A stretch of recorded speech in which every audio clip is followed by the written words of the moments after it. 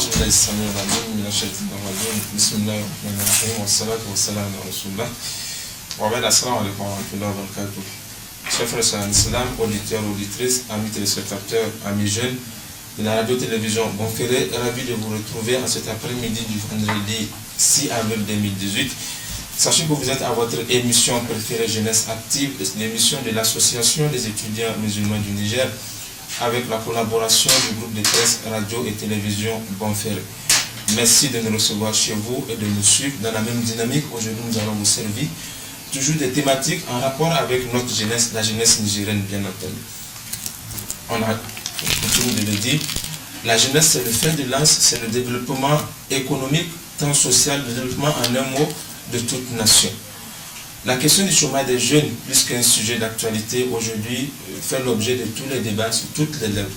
Il y a donc nécessité de trouver de l'emploi pour la jeune, car dit-on, une jeunesse sans emploi est une bombe à retardement. Vous avez certainement compris, amis jeunes, auditeurs, auditrices, jeunesse et emploi au Niger, c'est le sujet du jour de ce numéro de votre émission Jeunesse Active. Pour en parler, je reçois sur ce plateau trois invités. Le premier, je commence à ma droite, j'ai Oustaz Mahamadou Adamou, il est prédicateur, certainement vous le connaissez, il intervient sur la radio, télévision, la barre. Oustaz, salam alaikum. Wa alaikum salam wa rahmatullah. Merci d'être là, d'avoir accepté notre invitation. Deuxième invité, nous avons Assoumane Abdelaziz, il est le directeur des affaires financières du site Niger Emploi. Il est là également pour nous édifier par rapport à cette thématique de l'emploi. Abdelaziz, salam alaikum. Wa alaikum salam wa rahmatullah. Merci d'être là aussi, d'avoir accepté notre invitation. Merci beaucoup. Troisième et dernier invité à ma gauche, j'ai Aliou Oumarou qui n'est peut-être pas à présenter. Il est le président du Conseil national de la jeunesse que vous connaissez tous. Aliou, salam alaikum. Wa alaikum salam. Merci monsieur le président d'être là en dépit de vos occupations et d'avoir accepté notre invitation. Alors comme je le disais, on va aborder cette thématique qui intéresse tant la jeunesse, la question de l'emploi, la question du chômage aussi qui va apparaître certainement en toile de fond. Aliou, je vais commencer avec vous. On va recueillir tout de suite votre appréciation, votre vision, votre analyse par rapport à cette question de l'emploi dans le contexte du Niger. Merci, cher ami. Je voudrais aussi vous remercier pour cette invitation et remercier le groupe de presse Bonferré pour avoir en tout cas, dédié une plage horaire à la jeunesse active, notamment aux étudiants, aux jeunes étudiants musulmans du Niger. C'est une première. Et je pense que ça va servir d'exemple aux autres chaînes de télévision. Et en parlant d'emploi et dans nos pays francophones, tout de suite, on pense aux jeunes diplômés. Le jeune, après ses études, aspire à accéder à un emploi décent, que ce soit à la fonction publique ou dans les entreprises privées.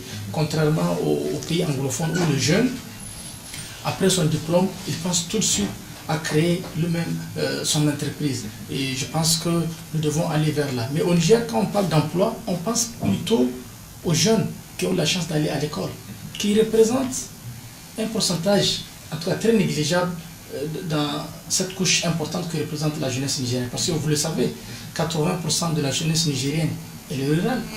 C'est 80%.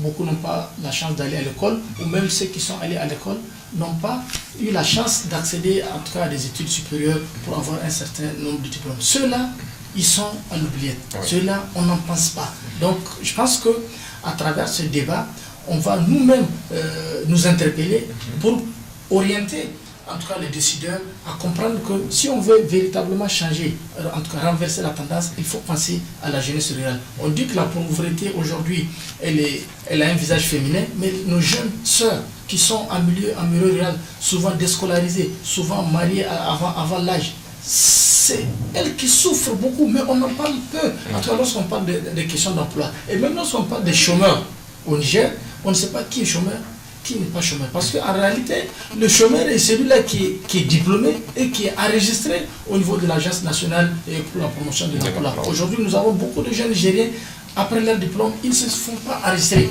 Donc, les statistiques sont faussées. J'ai vraiment voulu qu'un représentant de l'ANPE soit sur le plateau pour nous édifier davantage. Mais actuellement, nous sommes avec eux à un important atelier sur la politique nationale de l'emploi qui est en train d'être informé avec l'appui du Bureau international de travail. On est en train de réformer la politique nationale de l'emploi pour que le Niger puisse s'aligner aussi en marge des autres pays membres du Bureau international du travail et comprendre que cette politique nationale de l'emploi doit prendre en charge les besoins et aspirations d'abord de la jeunesse, des femmes, mais aussi des personnes vulnérables. Parce qu'au Niger, il n'y a pas une politique, par exemple, d'emploi pour les personnes vulnérables, notamment les personnes en situation de handicap. Il faut qu'on pense aussi à ces couches parce que quand même des concours sont organisés, ces derniers ont un quota qui est destiné à eux.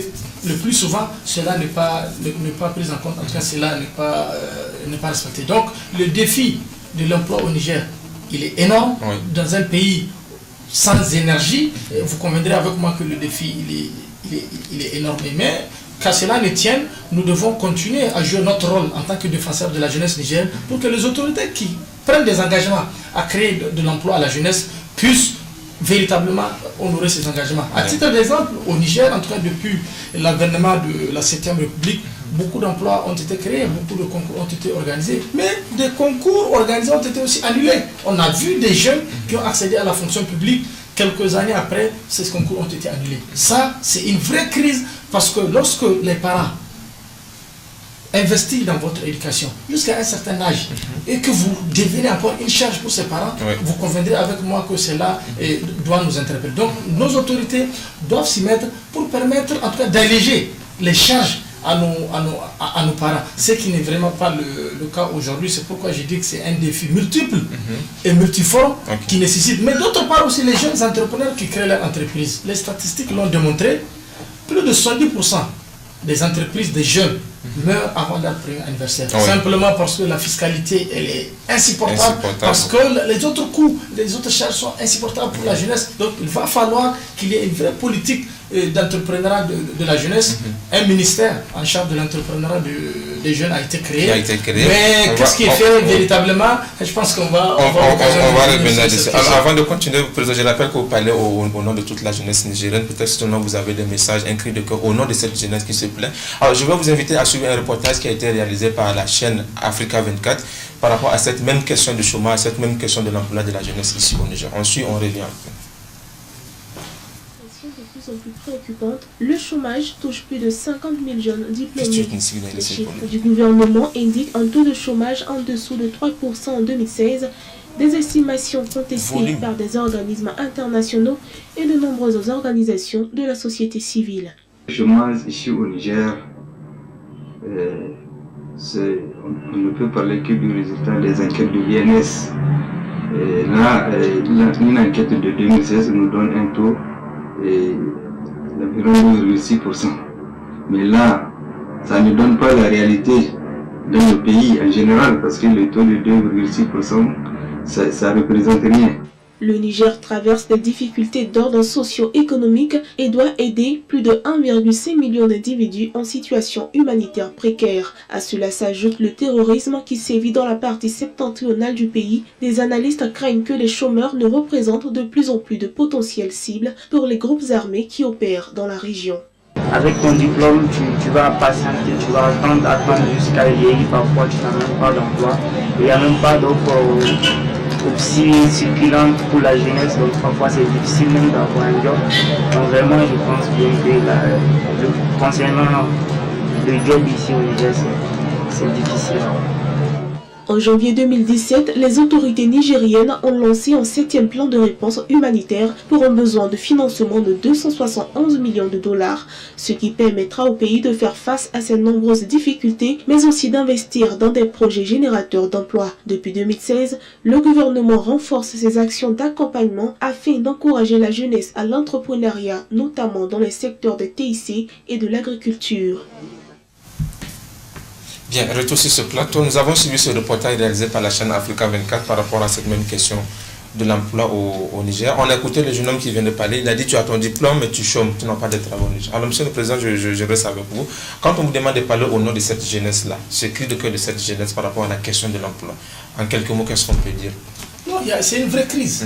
C'est une crise majeure qui est connue de tous. Et beaucoup de jeunes aujourd'hui stagnent.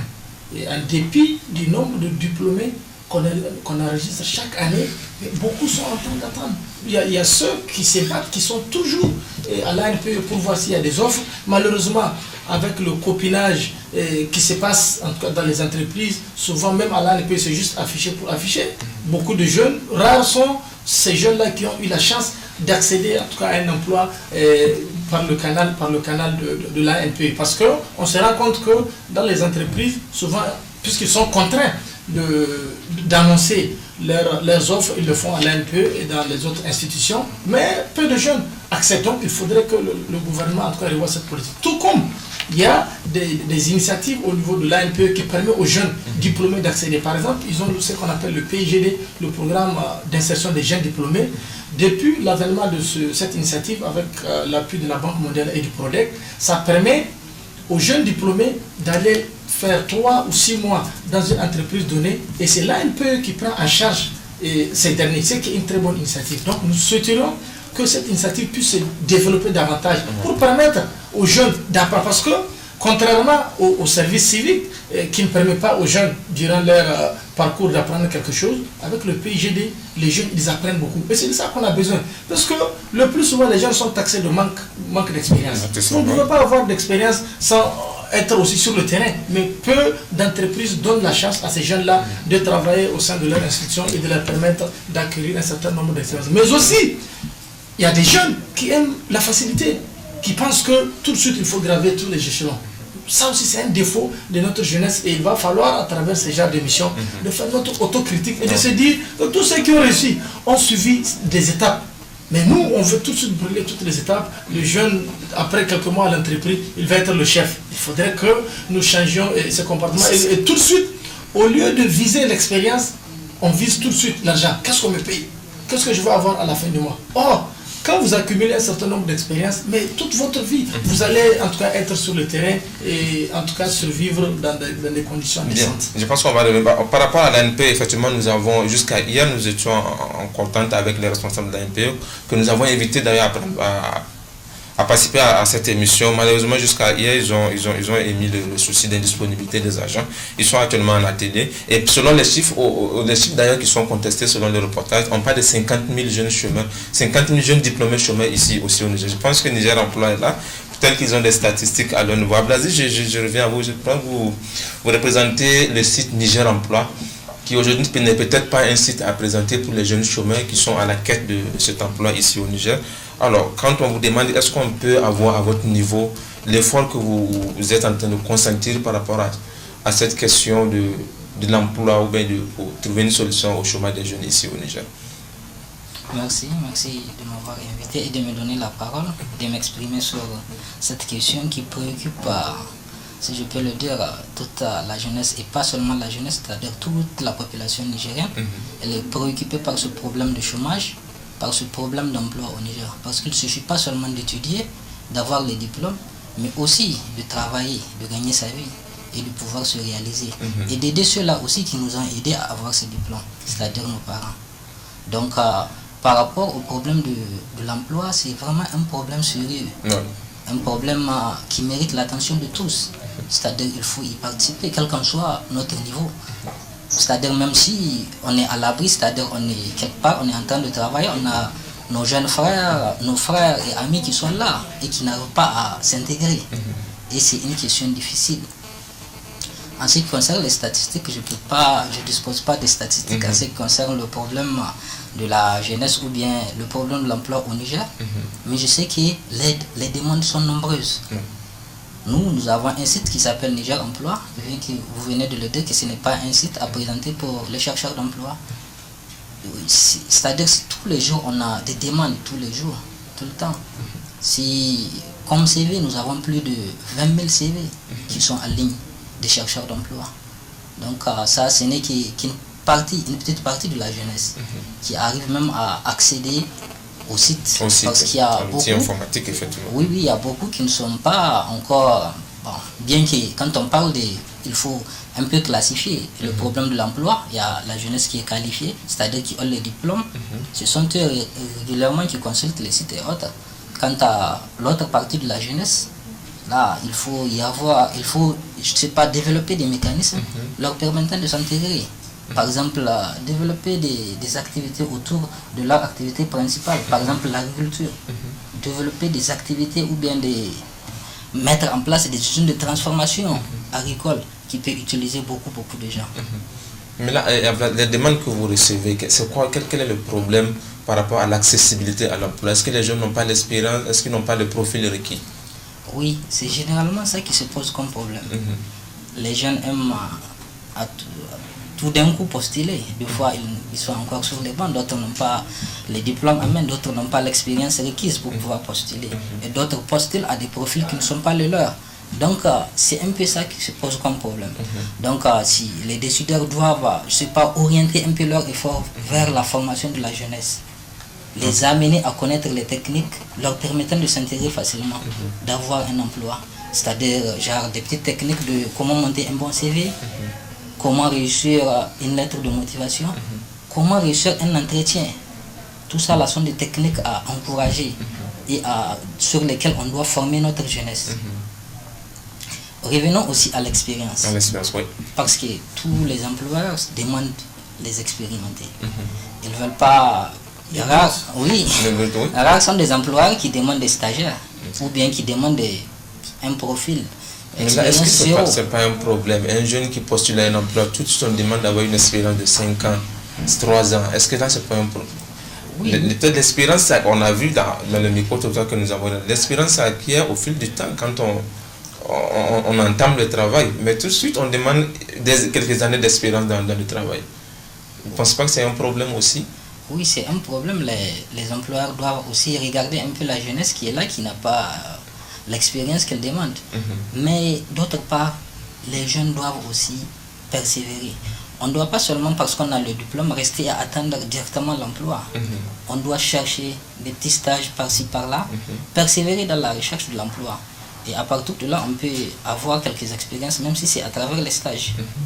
Donc, cela peut permettre de pallier un peu le problème. Mais le problème de l'expérience, il est récurrent. Les entreprises où les employeurs demandent régulièrement les expérimenter parce que eux, c'est leur productivité qu'ils regardent.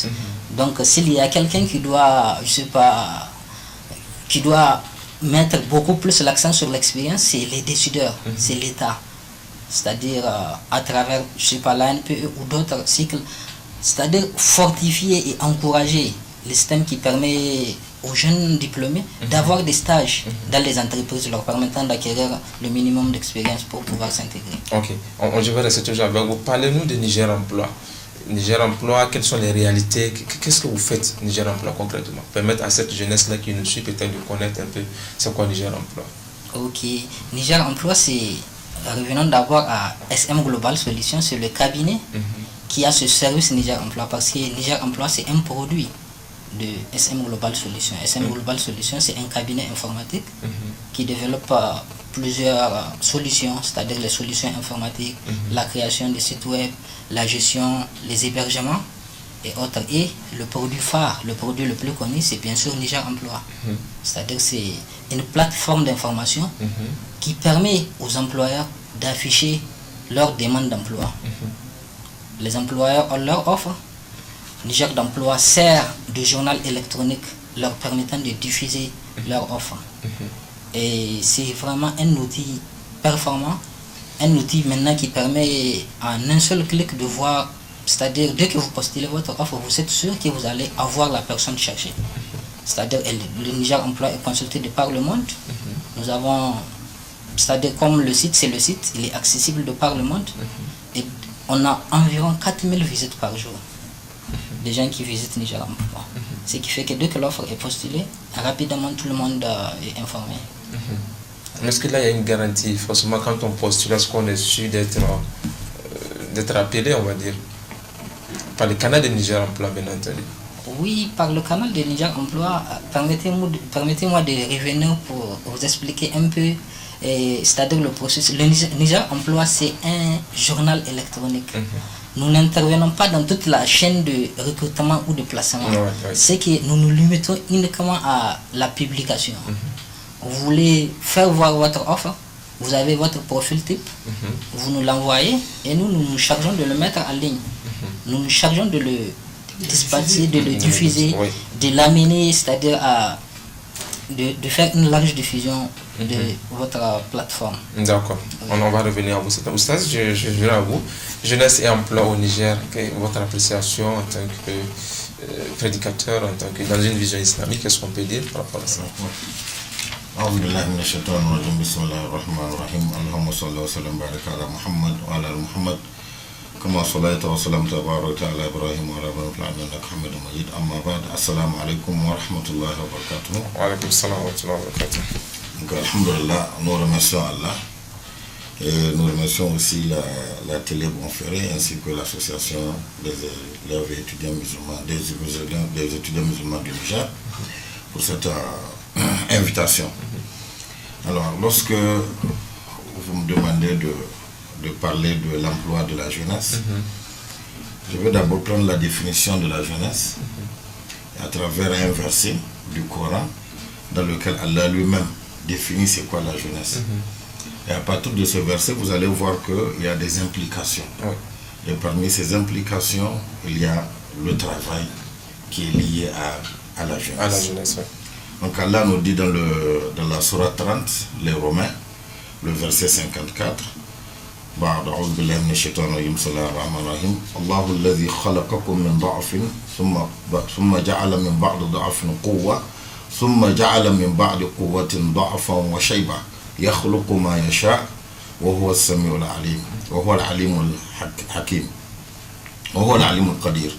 Allah dit الله الذي خلقكم من ضعف. Allah vous a créé faible. Allah a créé l'être humain faible. Oui. Donc du stade de nourrisson jusqu'à l'enfance, là on est faible, n'est-ce pas? Mais après la faiblesse, Allah nous a placés dans un stade où nous sommes forts. Après l'enfance, donc c'est le stade de la jeunesse, la maturité. Et après cette force-là, la jeunesse, Allah nous ramène encore, il dit, il va nous placer dans la faiblesse et la vieillesse. La faiblesse et la vieillesse est liée à la faiblesse. Les capacités physiques de l'être humain se développent au stade de la jeunesse. Lorsqu'on est jeune, on est mature, on est fort, physiquement fort, intellectuellement fort. Mais avant ça, on est faible, c'est le stade de l'enfance. Et à partir de cette définition-là, les savants ont dit qu'il y a pour chaque stade des actions qui sont liées au développement de l'être humain. Premièrement, au niveau de l'enfance, lorsqu'on est faible, physiquement faible et mentalement faible, c'est la formation. Autrement dit, l'éducation. Oui. L'éducation de l'enfant. Donc, il faut l'éduquer. Il faut l'éduquer physiquement, il faut le former physiquement, il faut le former intellectuellement, il faut le former spirituellement. Maintenant, lorsqu'il atteint la maturité, qui est le stade de force, où vraiment il joue pleinement de ses capacités physiques, de ses capacités mentales, n'est-ce pas, intellectuelles, alors là, qu'est-ce qu'il lui faut? Il lui faut un travail. Il doit participer maintenant, il doit mettre en valeur, n'est-ce pas, ces capacités-là qu'il a dans la société. Donc, il doit travailler, il doit contribuer au développement de la société. Il doit même prendre en charge ceux qui ont dépassé maintenant le stade où il est, le stade où il va, qui est ceux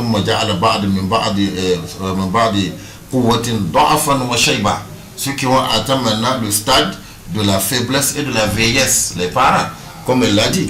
Oui. Les parents nous ont soutenus, donc les parents soutiennent l'enfant, ils l'éduquent, ils le forment. Maintenant, il arrive à un temps où ils sont épuisés. Physiquement, ils n'ont plus de force, et même leur force intellectuelle, leur capacité intellectuelle diminue avec l'âge. Et là, le travail devient un devoir pour les jeunes. Ça devient un devoir, c'est une implication de la jeunesse. C'est lié, c'est un devoir. Parce que cette force-là, et cette énergie qu'Allah a donnée aux jeunes, ce n'est pas pour rien. C'est pour qu'ils prennent le relais. Et c'est pour qu'ils le mettent au service de la société. Donc, il doit aller à la recherche du travail. À la recherche du travail. Et la société doit créer justement les conditions pour qu'ils puissent, n'est-ce pas, accéder à cet emploi-là, à ce travail-là. et aussi à mettre en valeur ces énergies. Bien, on va revenir par rapport à ces conditions que la société doit créer. Alors, Président, je reviens à vous. Votre dernier mot, vous dites que au nom de la jeunesse, cette question de l'emploi, c'est une crise. Alors, une crise, j'ai posé la question tout à l'heure aux représentants de Niger Emploi. Les jeunes qui partent avant demandent une espérance de 5 ans, une espérance de 3 ans. Tout de suite possible, c'est les conditions, les critères qui sont déjà posés. Alors, est-ce que vous, au niveau du Conseil national de la jeunesse, est-ce que vous avez une orientation, une politique permettant une réinsertion, une insertion socio-professionnelle des jeunes? Écoutez, nous sommes partie prenante de toutes les initiatives de l'État. Donc les différents programmes destinés à la jeunesse, les différents projets, nous sommes pleinement impliqués en amont pour donner, en tout cas, aux autorités les attentes de la jeunesse. À titre d'exemple, le PRODEC dont je parlais tout à l'heure, depuis le début de cette année, a commencé la reconversion même des jeunes diplômés. Nous avons des jeunes aujourd'hui qui sont des géographes, des ingénieurs en informatique, qu'on amène dans certains instituts, ils suivent des formations en administration, des filières qui n'ont rien à voir avec leur formation. Ce qui est extrêmement important parce qu'on s'est rendu compte que des jeunes se campent souvent sur leur diplôme. Moi je suis ingénieur en agronomie, coûte que coûte, il faut que j'intervienne dans ce domaine. Or, le temps passe, le jeune il est en train de veiller, les parents attendent des résultats, mais rien. Donc avec cette reconversion, on est en train d'avoir des résultats. Nous avons aussi planifié pour l'année 2018 des sessions régulières de formation des jeunes étudiants sur comment rédiger un CV, sur comment faire une lettre de motivation. Parce que comme il l'a dit, moi j'étais surpris il y a quelques semaines de recevoir un groupe d'étudiants en leur posant la question est-ce que vos CV sont à jour? Mais les gars, ils ne savent même pas c'est quoi un CV. C'est pas qu'ils n'ont pas de CV, mais ils ne savent même pas c'est quoi un CV. Pour moi, c'est plus qu'un danger qui guette notre jeunesse. Aussitôt, j'ai dit écoutez, il faut qu'on commence ces formations pour que chaque semaine, c'est gratuit. Au siège du Conseil de la jeunesse, on va commencer à former. C'est important. Maintenant, l'expérience, comme je vous l'ai dit, souvent on nous demande des choses qui sont impossibles. Vous allez aller un peu, vous pensez que votre profil est bien indiqué, mais l'expérience qu'on vous demande, vous ne l'avez pas. Vous ne l'avez pas simplement parce qu'on ne vous a jamais donné l'occasion d'être sur le terrain. C'est là où nous, on interpelle notre gouvernement pour qu'ils interpellent à son tour certaines institutions, qu'ils allègent. Parce que moi, je suis allé en Europe. J'ai vu comment on donne la chance aux jeunes de faire des stages. Aujourd'hui, au Niger, combien sont ces jeunes diplômés-là qui n'arrivent même pas à avoir une entreprise pour faire leur stage. Ils veulent soutenir, ils veulent faire leur mémoire, ils n'ont même pas là où faire le stage. C'est extrêmement difficile. Là, on parle d'emploi. Même le stage est impossible. Il y a beaucoup de jeunes aujourd'hui qui ne peuvent pas avoir de stage. Il faut avoir un parent. Et c'est là qu'ils n'ont pas de parents dans les entreprises. Ça veut dire qu'ils n'ont pas la chance d'accéder. Donc vous voyez, c'est pourquoi je vous dis que c'est un défi qui guette. Parce que ce que nous devons comprendre, lorsqu'il va y avoir plus de chômeurs, mais ça va avoir de l'impact sur ceux qui travaillent. Et aujourd'hui, c'est à quoi nous assistons. Dans une famille, c'est une seule personne qui a en charge tout le monde.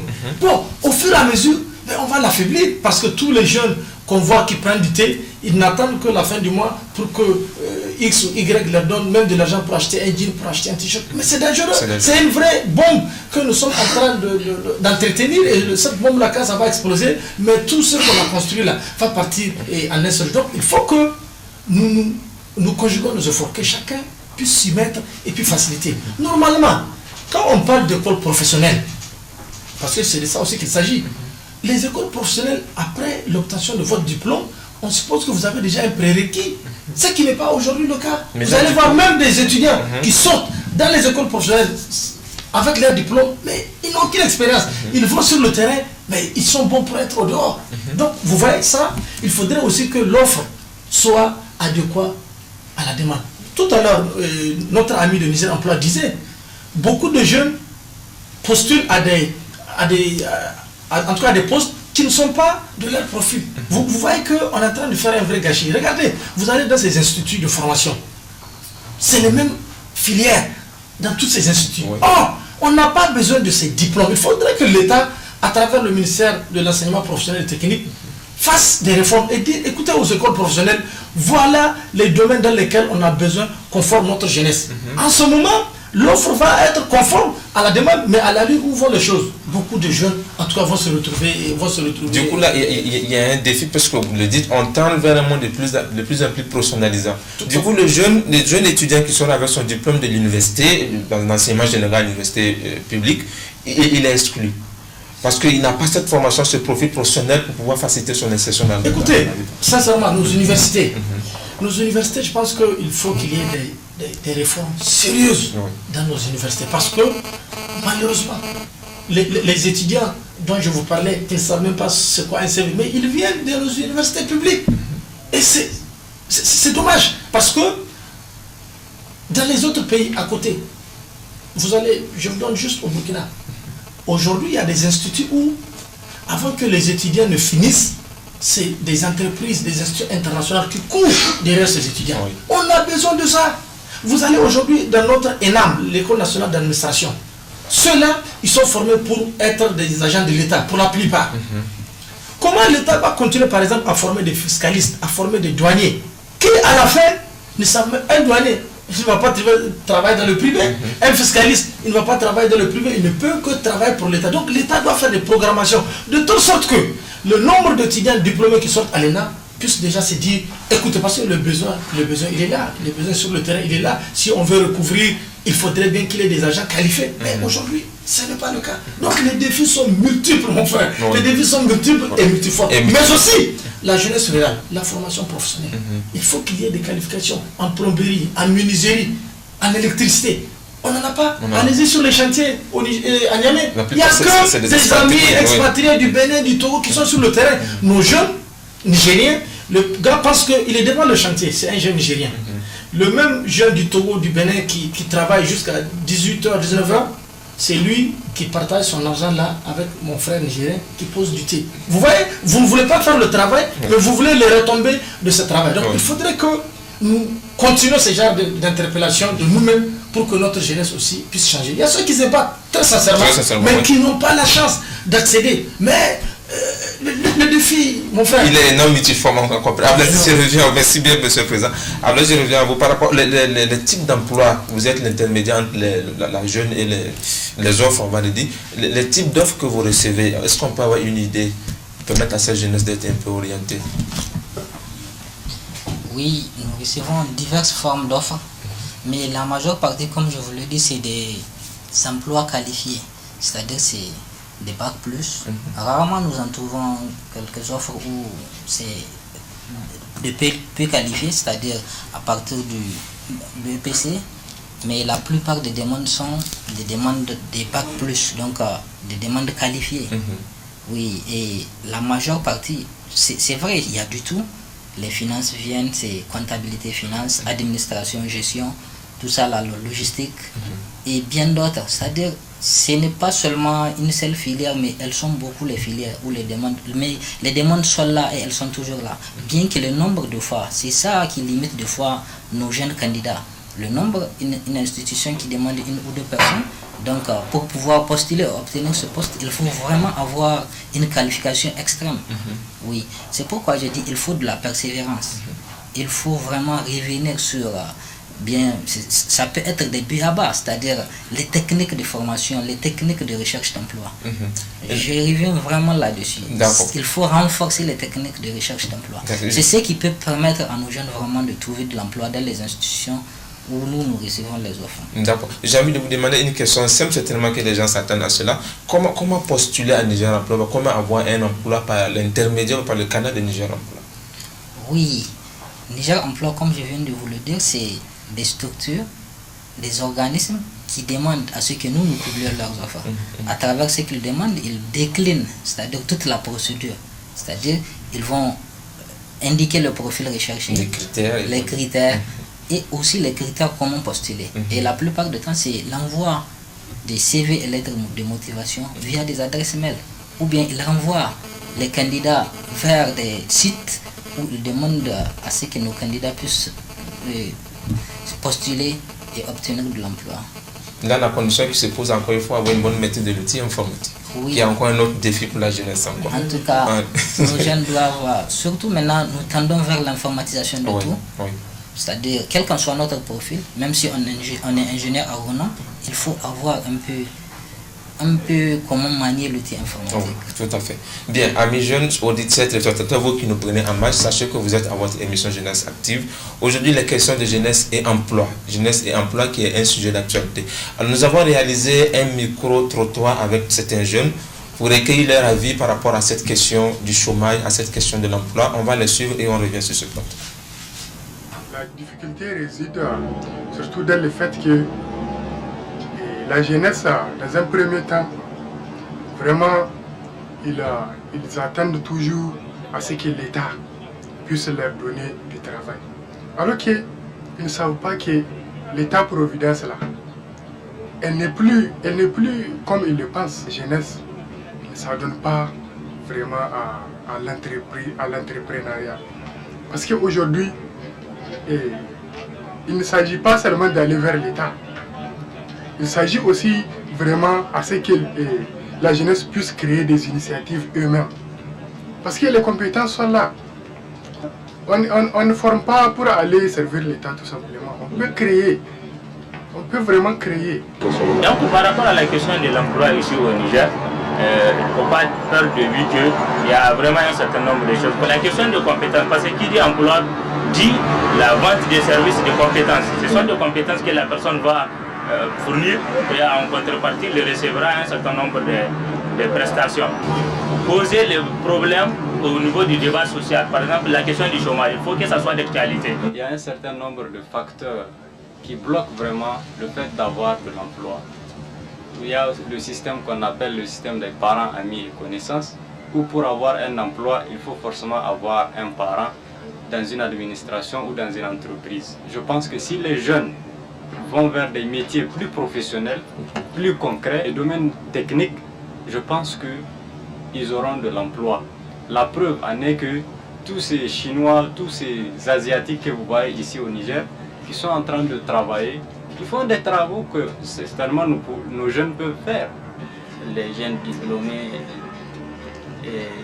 sont toutefois là, je peux dire, sans rien faire. Le bras croisé, attendre l'État, surtout. Des fois, on a l'idée que, sauf l'État, peut recruter. Donc, on oublie qu'il y a des secteurs privés où, toutefois, ces jeunes-là peuvent en eux-mêmes créer des emplois. Ça ne reste qu'avoir l'idée d'une création des entreprises. Ce qui fait que parfois, les jeunes n'arrivent pas à avoir l'emploi, on exige un certain nombre d'années d'expérience que les jeunes n'ont pas.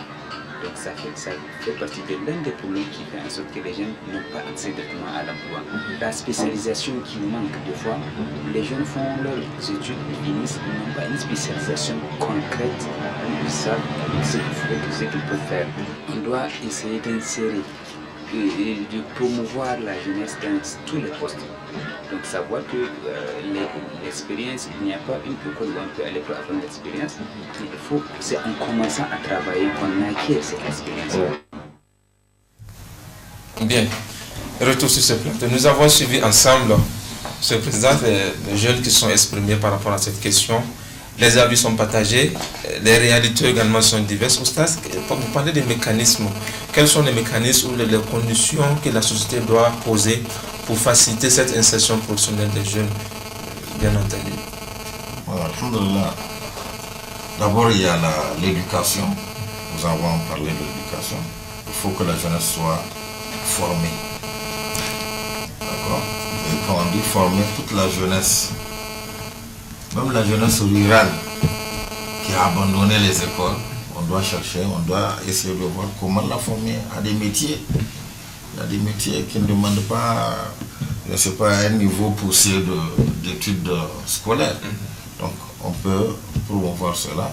Et deuxièmement, maintenant, lorsqu'on les a formés, il faut que ça soit fait dans le cadre vraiment d'une programmation.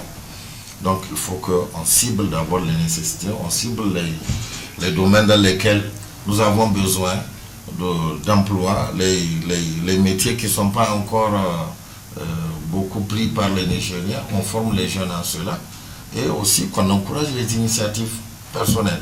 On les encadre et on les pousse maintenant à monter leur propre affaire eux-mêmes, ces jeunes-là, et pour pouvoir se prendre en charge. Parce que ça fait partie d'une condition pour pouvoir adorer Allah. Pour être un bon musulman, il faut être quelqu'un qui se prend en charge. Vous avez les 5 piliers de l'islam, rien qu'en les analysant. On voit il y a 2 piliers où il faut vraiment être nanti pour pouvoir les accomplir. La zakat, le hajj, d'accord, qui sont des obligations si on a les moyens. Donc ça demande des moyens de le faire. Donc l'islam fait la promotion de cela. Donc il faut considérer cela dans tous les domaines et il faut connaître les jeunes à le faire. D'accord. Le temps tire à sa fin. Rapidement, Abdelaziz, avant de passer la parole au président, alors certainement on va prendre votre mot de la fin, nous sommes malheureusement au thème de ce temps. Alors par rapport à cette question de l'emploi, au niveau de Niger Emploi, est-ce que vous ne pensez pas qu'il y a une frange de la jeunesse, comme Moussa l'a dit, qui est en train d'être exclue en réalité? Puisque si on a l'impression que c'est seulement les jeunes diplômés qui ont eu la chance de faire les bancs. Quand on dit jeunesse, c'est un ensemble, et la jeunesse scolarisée et la jeunesse non scolarisée. Et là aussi, qu'est-ce que vous pensez par rapport à ça? Qu'est-ce qu'on doit faire? Oui, je reviens par rapport à ce que Oustaz vient de dire, c'est la formation. Il ne suffit pas seulement d'avoir, je sais pas, un bac plus ou un diplôme poussé pour avoir de l'emploi. Quel qu'en soit le niveau, on peut se former à des métiers qui sont là, qui sont malheureusement occupés par d'autres personnes de d'autres nationalités. Et là, vraiment, c'est un défi pour les Nigériens. Quand on regarde un peu partout, même sur les chantiers, ceux qui travaillent ne sont pas de nationalité nigérienne. Pourquoi pas nous, alors que nous sommes nombreux? Donc la jeunesse est nombreuse, la frange partie de la population est jeune. Donc ce qu'il faut, c'est vraiment d'accroître les petites formations. Je sais pas, les Alios, ils ont ça en charge. Il ne faut pas seulement regarder les diplômés. Certes, les diplômés servent un peu d'exemple parce que je me dis, dans les villages, c'est-à-dire que c'est les repères. Quelqu'un a étudié, il est allé jusqu'à un certain niveau d'études, mais il n'a pas eu à s'intégrer. Donc ça ne fait pas école aux autres enfants du village. Ça ne les encourage pas à aller à l'école parce qu'ils vont se dire que bon, quel qu'en soit ce qu'ils vont faire comme études, ils n'auront pas la chance d'accéder à des emplois. Donc ce qu'il faut vraiment, c'est, s'il le faut, c'est un grand travail, c'est de bannir ce que les gens viennent de dire. C'est-à-dire les PAC, parents à mieux connaissance, ça n'honore personne. C'est-à-dire que ça ne résolve pas nos problèmes. Les problèmes sont là. C'est-à-dire même si on recrute quelqu'un qui ne peut pas faire l'affaire, c'est-à-dire il ne va pas résoudre le problème. Donc mieux vaut privilégier la compétence. C'est ça qui va amener nos jeunes à avoir l'amour pour bien travailler, pour bien se former, parce qu'ils savent que leur formation va leur permettre de se prendre en charge. Bien, vous avez suivi l'élément qui a passé. Ils ont mis l'accent sur l'entrepreneuriat, la créativité des jeunes. Alors, en réponse à ces jeunes qui sont exprimés au nom de Niger Emploi, est-ce que vous avez un message? Est-ce que ça sera votre mot de la fin rapidement?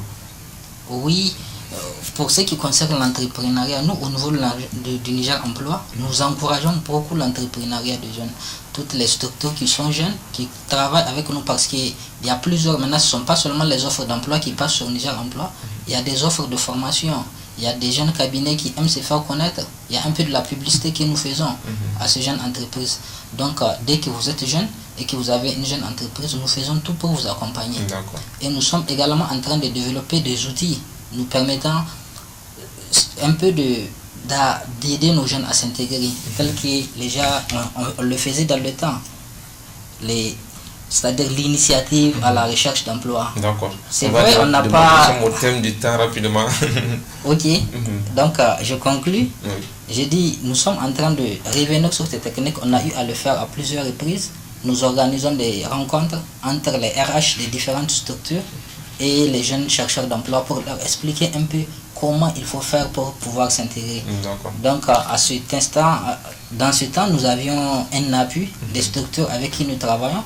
Malheureusement maintenant, nous ne les avons plus. Donc je profite de votre micro pour lancer un appel à ceux qui aiment aider les jeunes de venir travailler et collaborer avec nous pour permettre à nos jeunes de vraiment pouvoir s'intégrer et de maîtriser les techniques de recherche de l'emploi. Donc, on a compris le message. Monsieur le Président, rapidement, votre mot de la fin, 30 secondes, si possible. Est-ce que vous avez un message à l'endroit de cette jeunesse qui vous écoute, au nom duquel vous parlez? Mais moi, je pense que, comme on le dit, c'est le travail qui paye, c'est le travail libère l'homme. Donc, il faut que la jeunesse s'y mette et à ne pas lâcher, surtout. Et aux autorités d'investir dans l'entrepreneuriat. Nous avons un ministère en charge de l'entrepreneuriat des jeunes, malheureusement qui n'a pas les moyens de sa politique. Vous avez été témoin de l'adoption du dernier projet de loi. Ce ministère n'a pas un budget de 100 millions. Donc ça nous a fait tellement mal que l'État du Niger puisse créer un ministère en charge de l'entrepreneuriat des jeunes et puis ne pas donner les moyens à ce ministère. Mais nous souhaitons aussi que l'offre, pour que l'offre puisse répondre à la demande, il faudrait que le curricula, en tout cas la formation soit revue dans les instituts, dans nos universités, que nous multiplions la formation de nos jeunes. C'est-à-dire que le jeune Nigérien, il est trop modeste.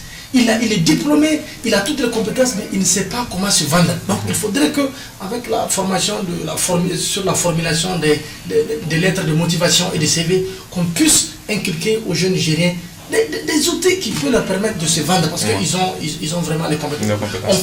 On va à l'extérieur, dans les meilleures universités, les jeunes Nigériens, ils sont toujours les meilleurs. Mais ils ont ce complexe-là de se faire valoir. Je pense qu'à travers ces interpellations, ça va. Le dernier mot, c'est mon groupe Bonferré. 45 minutes, je pense qu'on va plaider pour que ça soit une heure. Vous avez vu, les 45 minutes c'est passé comme ça. Sans qu'on se rende compte. Je pense que nos amis DG, c'est des jeunes aussi, ils vont nous comprendre et vous augmentez en tout cas 15 minutes. Merci pour la doléance. Vous êtes déjà notre porte-voix, on va le dire. Vous savez, dernier mot rapidement, 30 secondes. La technique me fait pression. Oui, ce que je veux dire, c'est un message à l'endroit de tout le monde. Nous avons vu le verset qui nous montre les différents stades de la vie de l'être humain. Et savons, on dit, lorsque une société manque ses devoirs vis-à-vis de l'homme tout court à ces différents stades, il y a des conséquences. Lorsque au stade de l'enfance, on n'éduque pas, là c'est foutu.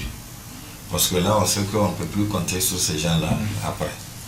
Deuxièmement, lorsqu'on a éduqué, on a formé, et qu'on ne crée pas les conditions pour avoir de l'emploi, c'est un problème. La force de la jeunesse est une énergie que le jeune va toujours exploiter. Si on ne l'oriente pas pour le mettre dans la bonne voie, il va le mettre dans la mauvaise voie.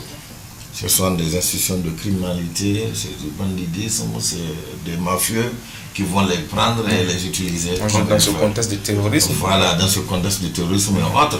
Parce que la force est là, l'énergie est là, et la personne regarde aussi son avenir. Bientôt je vais devenir vieux, il faut que j'ai quelque chose. Donc si par les moyens, les voies légales, il n'y a pas d'issue, donc tous les moyens sont bons, comme on le dit. C'est ça qui développe la criminalité, qui développe beaucoup de choses. Et le troisièmement, maintenant, lorsque les parents arrivent à un âge où ils sont épuisés, n'est-ce pas, la faiblesse et la vieillesse, d'accord, la faiblesse est toujours liée à cette faiblesse, et qu'ils n'ont pas de jeunes maintenant qui pourront les prendre en charge. Vous voyez le problème. C'est le suicide, c'est le crime. Donc, c'est ça. En fait. Merci donc ça, on a compris le message et c'est ici que prend fin. Mais bien avant, vous permettez, je vais donner lecture de ce communiqué de l'association des étudiants musulmans du Niger qui est relatif à un grand prêche islamique qui sera organisé par la section régionale de l'AMN et la section de l'université Abdou Moumouni de Niamey. Donc ça sera pour le vendredi 13 avril 2018 au CCOG. Le conférencier, ça sera en langue nationale, en langue Hausa, Cheikh Mohamed Abdourahman, imam de la mosquée Amir Sultan, et en langue Zarma, nous avons docteur Ismaël Akibou. Donc le vendredi 13 avril, Inch'Allah, au CCOG, c'est une conférence qui est organisée par l'ensemble des sections de Niamey, de l'association des étudiants musulmans du Niger. Le public donc est cordialement invité. Mesdames et messieurs, chers téléspectateurs, merci d'être restés en notre compagnie et de nous avoir reçus chez vous. Nous l'avons compris, la question de l'emploi, c'est un défi tant pour les jeunes qui sont les concernés et aussi pour les décideurs, donc pour les politiques.